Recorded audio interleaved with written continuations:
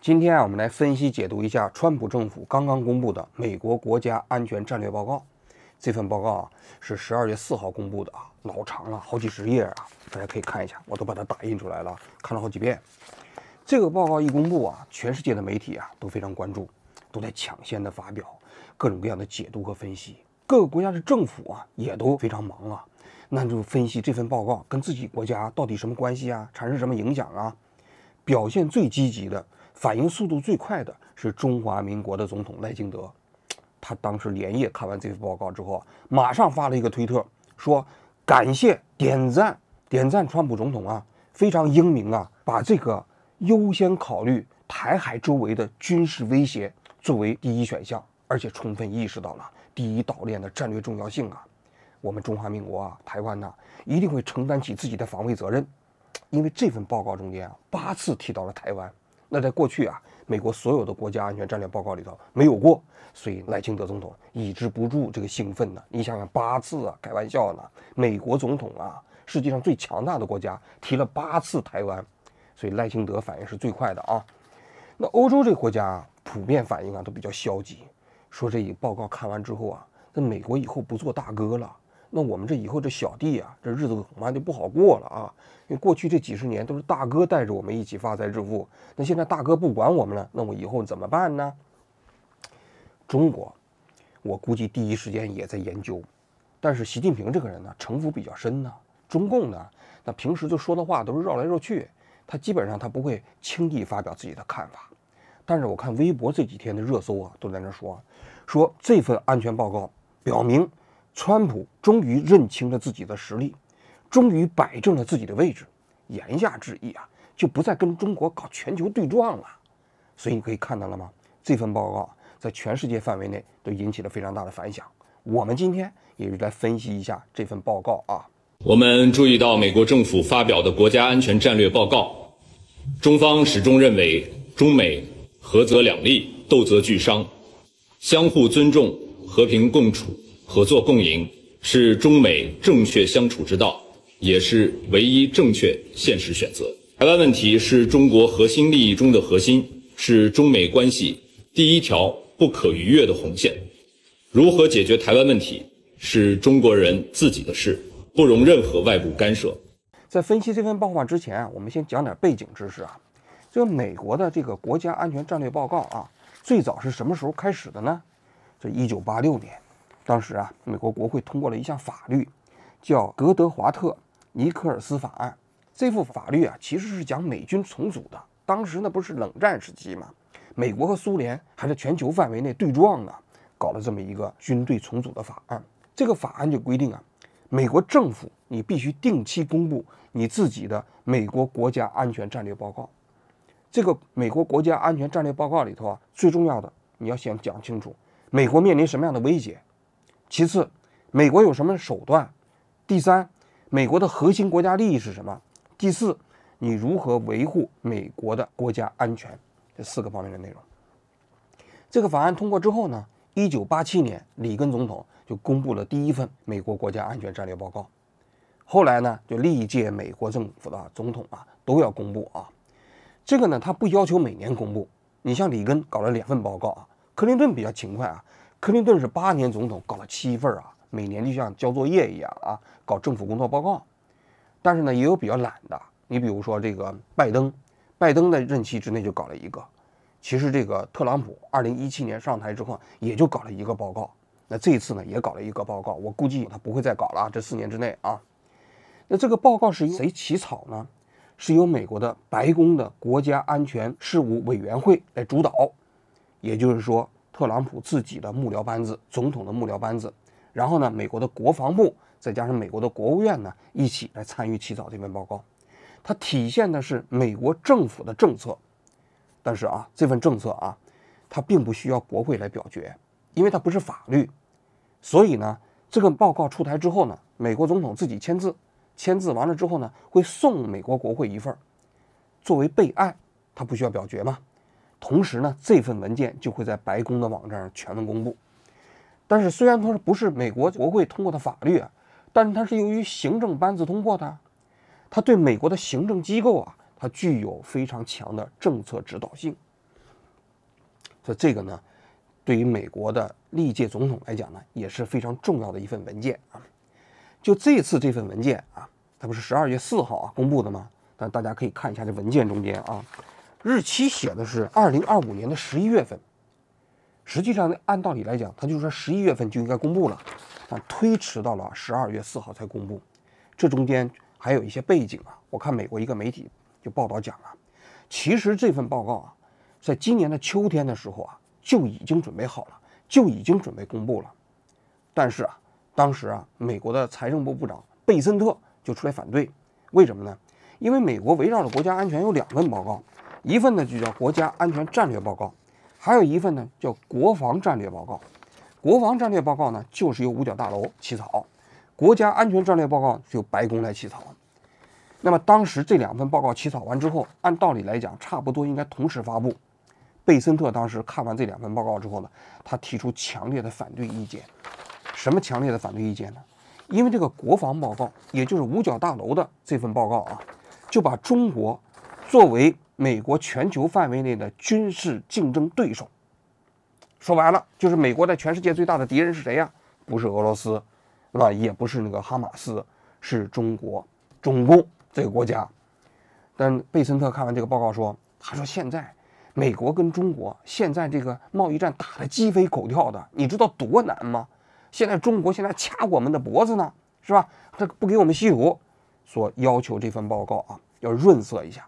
润色的内容呢，主要就是关于中国的，别说的那么直接，别说的那么难听。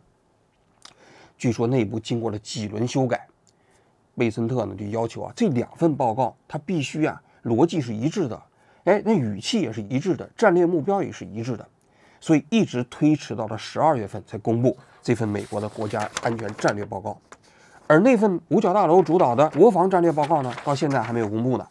那份报告公布之后呢，我们就可以看到了啊，那美国的军方现在对中国之间到底是什么态度了。那么紧接着我们就开始正式解读这份报告啊。那我个人觉得，美国的国家安全战略报告啊，如果跟中国相对应相比啊，它大概相当于这3份文件。一份文件呢就是政府工作报告，中国政府每年不都是两会的时候搞一个政府工作报告吗？第2份就是国家安全战略纲要，这中共也有，是吧？这现在都出版了，大家可以去看一下，习近平搞的啊，7万多字啊，还有解读呢。第3份就是国防白皮书，这3份文件加起来大概相当于这个白宫的国家安全战略报告。这国家安全战略报告不仅仅指的是军事，它也包括经济，所以它也有点像中国的政府工作报告嘛。我看了一下它这个报告，挺有意思的啊。这个报告里头，首先是分为前言部分。在前言部分呢，为什么我说它像这个中共的政府工作报告，口气都很像？你看到了吗？啊，我给大家讲一下，我们的美国同胞们，在过去9个月的时间里，我们将国家也将世界从灾难和毁灭的边缘拉了回来。经过4年的软弱的、极端的和致命的失败，我们的政府正以紧迫感和历史性的速度，在国内外恢复了美国的力量，并为我们的世界带来了和平和稳定。历史上没有哪一个国家的政府能够在如此短的时间内实现如此戏剧性的扭转。我们在8个月的时间里就解决了8场激烈的冲突，包括泰国、柬埔寨、科索沃、塞尔维亚、刚果、卢旺达、巴基斯坦、印度、以色列和伊朗、埃及和埃塞俄比亚等等，并且所有生还的人质都归还了属于结束的加沙战争。美国再次强大并受人尊重，也正因为如此，我们正在全世界推动和平，让美国比以往更加安全、更富有、更自由、更伟大、更强大。你瞧瞧这口气！目前全世界的形势一片大好，不是小好，而是大好。我们正从一个胜利走向另外一个胜利，是吧？我看完这些词儿之后，我个人觉得这特朗普好像是这个在白宫里头现在有一个中共的地下班子在指导他们写作，不知道胡锡进啊接没接这活啊？这是这个序言部分啊。紧接着就是前面的前言部分啊。这个前言部分呢，就叫什么叫美国的战略？他首先就讲了美国的战略为什么要偏离正轨，当然就是指这个拜登政府了啊。所谓的偏离正轨啊，这段话特别重要，我在这里给大家念一下啊。我们的精英严重误判了美国人民承担那些与国家利益毫无关联的永久性的全球负担的意愿。他们高估了美国能够同时维持一个庞大的福利监管行政国家，以及一个庞大的军事外交情报和对外援助体系的能力。他们在全球化和所谓的自由贸易上压下了极其错误且具有破坏性的赌注，侵蚀了支持美国经济与经世优势的中产阶级和工业基础。他们允许盟友和伙伴将国防成本转嫁给美国人民，有时还把我们拖入到冲突之中，并将他们与我们自身无关或无足轻重的，但是与他们利益密切相关的争议置于政策中心。这段话讲的就是美国的偏离正轨，讲的就是拜登政府嘛，民主党政府的美国的国家安全战略政策嘛。这段话的意思就是说，过去美国认为贸易全球化、自由贸易有问题，自由贸易本身不行了，不能这么搞。第二，过去美国一直认为自己是全球秩序的主导者，全世界都是我的小弟嘛，我是大哥嘛，哪有问题就来找我，我呢替你们摆平，对吧？但是特朗普认为错了，不行了，这是纠偏的，不能再这么搞了，是吧？紧接着他就讲到了美国要追求什么。美国首先要追求我们美国作为一个独立自主的共和国的继续生存和安全。我们要保护这个国家人民、领土和经济生活方式。我们对我们的边界、我们的移民制度，还包括我们人员通过运输网络拥有完全的控制权。我们要有一个有韧性的国家基础设施，能够抵御自然灾害。我们要招募、训练、装备、部署世界上最强大、致命且技术最先进的军队，保护我们的利益，威慑战争。我们要拥有世界上最坚实、最可靠、最现代化的核威慑力量，保护美国人民、海外美国资产和美国的盟友。我们要拥有世界上最强大、最具活力、最具创新和最先进的经济。我们要拥有世界上最强大的工业基础，我们要拥有世界上最强大、最高效、最创新的能源产业，等等吧。这其实大家可以看到了吗？说来说去，讲的全都是美国要有什么，而且这里头他没讲什么特别重要。说白了，就是全世界过去你各地的那些糟心事儿别再来麻烦我们美国了。我们现在要讲美国优先。我们现在要维护我们美国自己的领土完整，我们要防止移民到美国来，我们要让美国的经济重新搞再工业化，我们让我们自己的老百姓过安居乐业的生活，你们其他国家的事情你最好自己管。这是美国想要的。那紧随其后在这个战略里头呢，他就讲了，他说这里头最重要的就是美国优先，这是赤裸裸的了，跟过去完全不一样了。所谓的美国优先，这里头讲什么呢？他都把它追溯到了美国建国时期的独立宣言。他说美国建国时期的独立宣言呢，讲了一个什么核心的利益呢？就是说美国对其他国家的事情奉行的是一个不干预的政策。独立宣言嘛，当时美国没有能力干预其他国家，讲的就是说我们美国要独立，独立了之后世界各个国家都有自己管理自己国家的能力和权利，我们美国不干预。大家可以看一下这个溯及到美国独立宣言里的文件的精神已经很类似于习近平的讲话了。习近平不天天讲的吗？世界是多元的，太平洋装得下中国和美国两个国家，每个国家的核心利益不是通过霸权来主导，是要大家通过协商各自过好自己的好日子。你瞧瞧，这已经跟这个是非常非常的像了第二叫力量均衡，美国不能允许任何国家变得如此强大，威胁我们的利益。我们要跟我们的伙伴合作，防止出现主导性的对手。这就不是说我主导世界了，而是防止这个世界重新出现一个过去的美国呀。你出现一个过去的美国，那我们美国就完了，好日子可能不在了。所以现在美国的核心利益是防止出现主导性的对手。当然他也解释了一下，并不是意味着要遏制世界上所有的大国和中等强国的自己的发展。更大、更富、更强国家的超常影响力是国际关系中间永恒的实现。这个一实现，有时候要求与伙伴合作，挫败那些威胁我们共同利益的野心。说白了，他就是说，这个世界上发展的国家里头啊，有的是好的，有的是不太好的。我们是为了遏制那个不太好的国家的野心，是吧？然后紧接着讲到什么呢？战略呢？要公平。公平这里头啊，又分为这个贸易的公平和军事的公平。所谓贸易的公平，又讲到了不能有大规模的顺差，大家要搞这个平衡主义啊。你这个一直在美国都是顺差的话，我们就给你搞关税。然后呢，提到产业链，我们要可及性、可获得性，不能稀土让中国卡脖子。当然还有其他的一些因素啊，就是这个经济方面啊。还有一个呢，就是提到了美国自己经济发展要有一个再工业化的问题。因为美国这些年嘛，工业化都让给了中国嘛，结果自己的产业空心化了嘛。如果没有再工业化的话，那美国的经济就失去了基础，而且还强调了美国要主导自己的能源安全，差不多就是这么一个经济方面啊。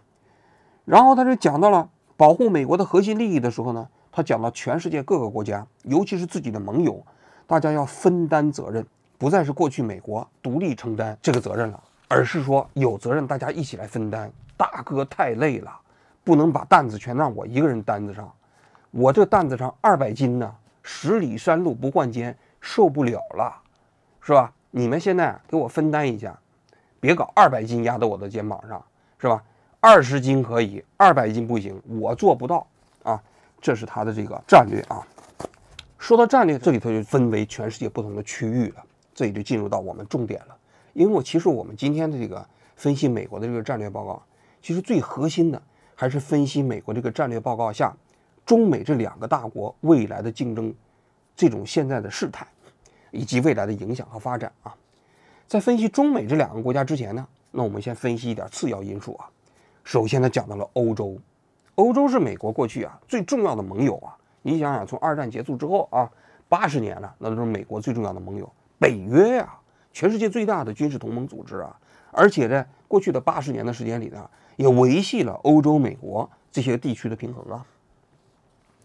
特朗普这次对欧洲啊不客气，开宗明义去批评欧洲，说什么呢？他说欧洲现在面临着文明的泯灭呀。他说这个文明的泯灭是哪来的呢？他说几个因素，第一，就左派自由主义，放任大规模的移民，这些移民进入到这个国家以后，慢慢这些国家可能都穆斯林化了。第二，他们这左派的自由主义搞来搞去啊，这欧洲人自己都不生孩子，不生孩子之后，再加上移民都进来之后，就形成了一种国家认同危机。再过50年，可能北约有些国家里头就全部穆斯林化了。所以特朗普就说，他说欧洲的这种状况如果不改变的话，欧洲危矣啊，白人赖以自豪的文明可能都要完蛋。其实他对这个欧洲的批评啊，大家都知道，跟万斯在今年年初那慕尼黑这个国际安全会议的时候，那个调调是基本一样的。The threat that I worry the most about vis-a-vis Europe is not Russia, it's not China, it's not any other external actor. And what I worry about is the threat from within, the retreat of Europe from some of its most fundamental values, values shared with the United States of America. 万斯当时就批评欧洲嘛，欧洲你们要完了，你们现在搞的这一套方式啊，文明的衰落和堕落。紧随其后，他就提出来了，欧洲必须承担自己的防卫责任。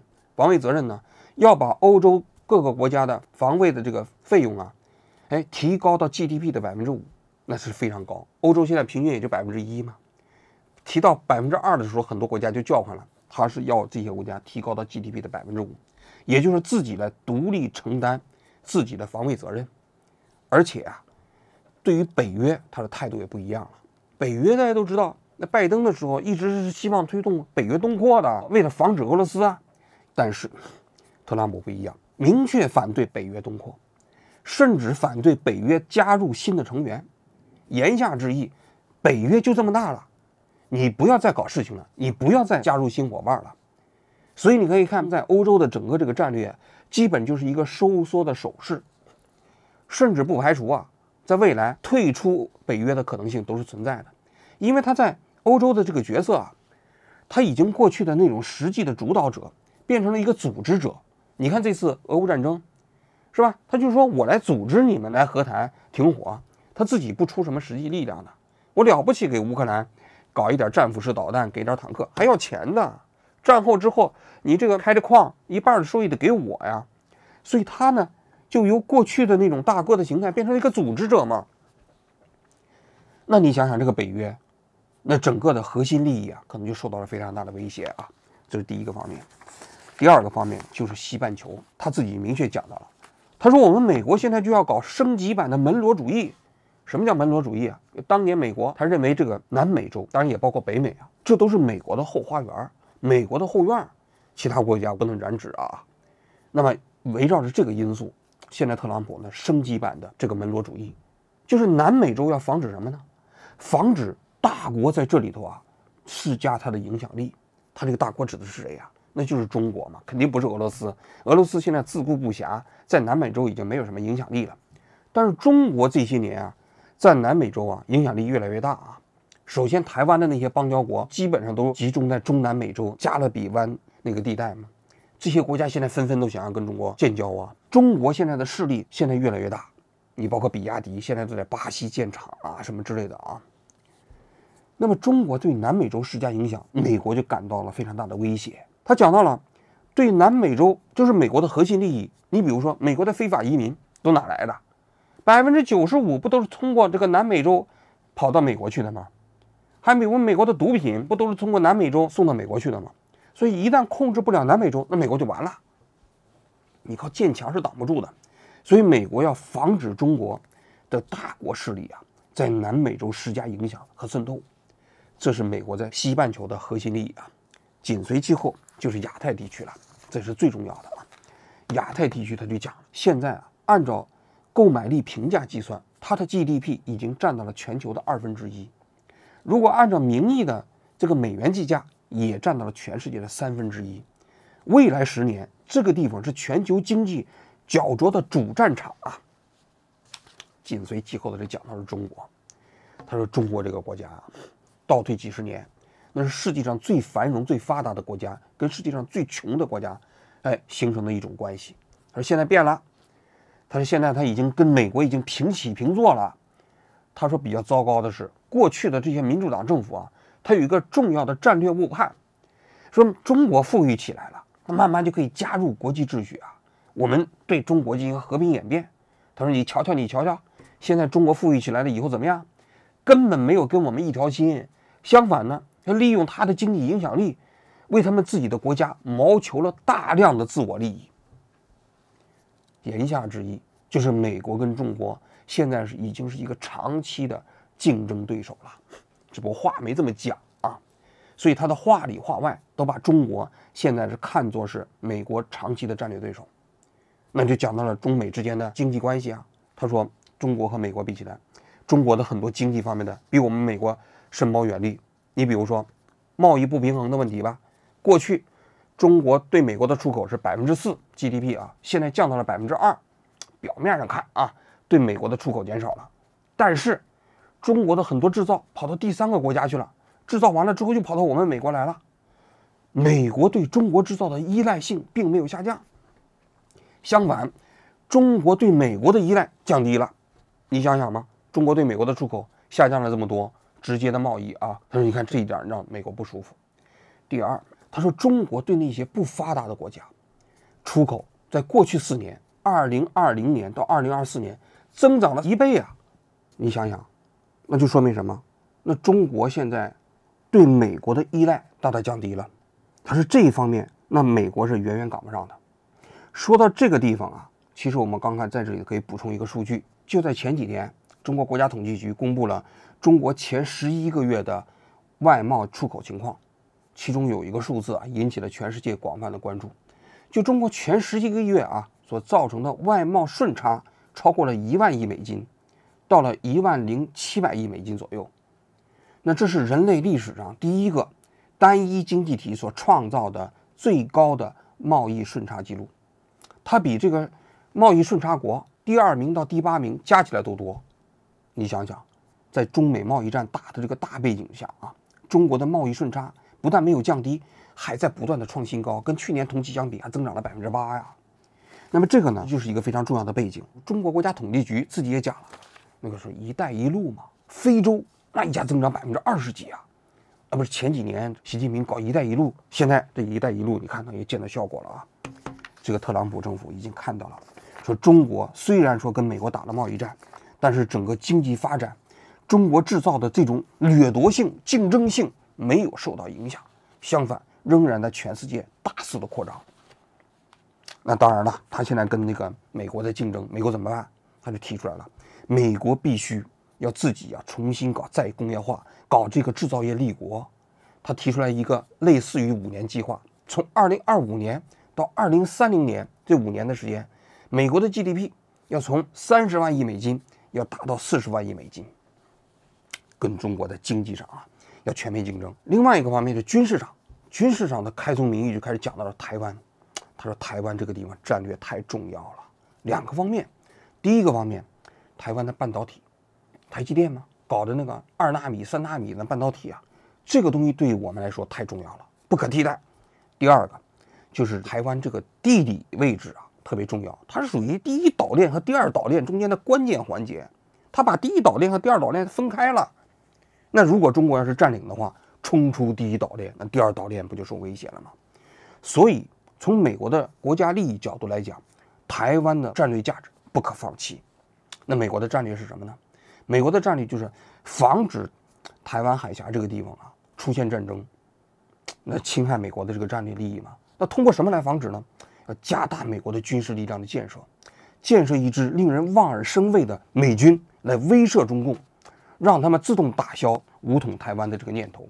大概其实就是这个意思所以你知道这个赖清德为什么看到这段话特别高兴呢？你看呢，美国就认为台湾不可放弃嘛但这里头其实也有一个非常重要的变化就是美国在提到台湾的时候他的确承认到了台湾对美国的战略价值，但是他也不再提那个所谓的什么民主价值普世价值了。因为过去拜登提到台湾的时候，总是提到这自由世界保卫这个普世价值保卫民主体制。在川普的这个报告里一句没提，只提到了台湾就是对于美国本身的战略价值。这个战略价值到底意味着什么？等一会儿我们接着分析整个这个美国的国家安全报告的内容大概就是这么多。最后呢，我来讲一讲我对这个战略报告的看法首先第一点，跟过去比起来，它还是比较务实了。2017年川普上任的时候，他不是搞了一个美国国家安全战略报告吗？他这个战略报告就讲到了，他说中国和俄罗斯正在构建一个跟美国价值观不同的世界，所以在现在美国世界的威胁是什么呢？就是大国竞争，以中国和俄罗斯这些国家组织起来的这个联盟它就要跟美国对抗嘛。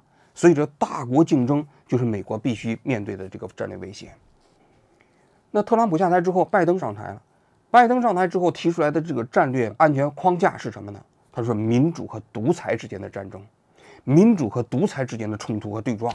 美国就是自由世界嘛，那中国、俄罗斯那就是独裁国家嘛，这2个国家不可调和，可能早晚要面临巨大的冲突。这都是过去2任美国总统国家安全战略报告。但大家可以看一下特朗普的，没有了，既没有搞大国竞争的叙事，也没有搞民主和专制的叙事，那个整个价值观层面的东西基本都没了，变成了一个什么？变成了一个美国国家利益优先的原则。说句心里话，这个其实是基于当下世界的客观现实，它其实做出来的一个战略调整。那当然了，中国这些年不断的在崛起了，崛起了之后，你再想主导过去的全球秩序，恐怕是不太行了。再加上你如果还想继续主导的话，可能要跟中国面临全面的冲突，而不是竞争，这个很可怕，是吧？所以呢，它的这个整个战略开始逐渐变得务实了，开始变成守势了。这第一点。第二点就是跟中国之间，它不是修改了吗？本来原先有的话，它改成了它不说的话，什么意思呢？它跟中国之间是一个长期竞争的竞争对手。他这份报告里头其实明确讲了，他讲的不是敌人，是长期的竞争对手，而且这个长期的竞争最终是以什么为胜利的基础呢？就是经济发展。这一点呢是非常重要的。他讲了，他说美国过去的军事力量靠什么？靠美国的工业化，靠美国的经济实力。言下之意，跟中国之间的竞争，最终能够导致中美竞争的最后的那个结局的，并不取决于双方的军事力量，而是取决于双方的经济发展。如果美国不能把自己的经济发展起来，那可能就要败于中国。相反，如果中国经济持续发展的话，美国可能也受不了。所以他把中美之间的竞争归根结底归因于中美之间的经济竞争。这第二点，这个点我其实也是同意的啊。说白了，如果中国经济持续增长，超越美国 GDP 的总量是美国的2倍，那你想想未来的世界，美国跟中国在竞争不太可能了。第3个方面就是关于台湾问题。台湾问题啊，这赖清德的解读就是点赞感谢，对吧？美国把这个台湾看成美国的核心国家战略，过去是没有这么讲过的啊。但是要我说啊，这个战略对台湾来讲啊，是短多长空。炒股人都知道啊，所谓短多长空是什么意思呢？因为他明确讲了，台湾就是美国的核心国家战略，不能放弃啊，因为你有半导体啊，这个第一岛链呢，对不对？不支持海峡两岸改变双方的现状，要防止武统台湾的这样的一种迹象。但是你看到了吗？这里头所讲的啊，它其实是要通过一支强大的美军来形成威慑，从来没有讲过通过武力来保护台湾。那也就意味着，我只要是让中共不敢打就行了。当然，他不光是他自己啊，他还要求日本和韩国同时都增加自己的防卫预算，也要把防卫预算达到 GDP 的5%。当然，日本和韩国愿不愿意这么做不知道啊。反正这个赖清德现在是表示想这么做，要把他这个国家防卫力量提高到 GDP 的5%，这是一个方面。但更重要的一点啊，就是说，川普的整个这个国家战略报告啊，它都是一种商人思维，都是一种交易思路。那如果是交易思路的话，从未来的角度来讲，如果美国它有一天发现它的这个战略威慑、军事威慑不能威慑中共了，中共天天在建航母，比如说航母建到了5艘、8艘的时候，美国一看威慑没用了，大家会想一下台湾会怎么样？那么按照特朗普的这个国家安全战略报告，那我相信特朗普可能就会跟中国做交易。既然搞不定、威慑不了了，那算了，你就把台湾拿走，然后呢，咱们哥俩在太平洋划洋而治，是不是？那你占东半球，我占西半球，这完全有可能啊。所以我为什么说这个对台湾来说是短多长空呢？短多就是特朗普现在明确了台湾是美国的核心国家战略，不能放弃。长空就是说一个交易思路，只通过军事威慑力量来阻止中共对台湾的这个武力威胁。但是这会刺激什么？这一定会刺激中共本身继续整军备武，继续不停的修航母，继续不停的整备自己的空军和海军，直到有一天迈过临界点，让特朗普包括美国政府一看威慑没用了，打也打不过，最后台湾的结局可能就注定了。好了，我今天就讲到这里，谢谢各位。我们注意到美国政府发表的国家安全战略报告，中方始终认为中美合则两利，斗则俱伤，相互尊重、和平共处、合作共赢是中美正确相处之道，也是唯一正确现实选择。中方愿同美方一道，推动中美关系继续保持稳定发展，同时坚定捍卫自身主权、安全、发展利益。我们希望美方同中方相向而行，落实好两国元首达成的重要共识，加强对话合作，妥善管控分歧，推动中美关系稳定、健康、可持续发展，为世界注入更多的确定性和稳定性。关于台湾问题，我想强调的是，台湾是中国的台湾，是中国领土不可分割的一部分。台湾问题是中国核心利益中的核心，是中美关系第一条不可逾越的红线。如何解决台湾问题，是中国人自己的事，不容任何外部干涉。美方应切实恪守一个中国原则和中美3个联合公报，兑现美国领导人所作承诺，慎之又慎处理台湾问题，停止纵容支持台独分裂势力以武谋独、以武拒统。中方捍卫国家主权和领土完整的决心意志坚定不移。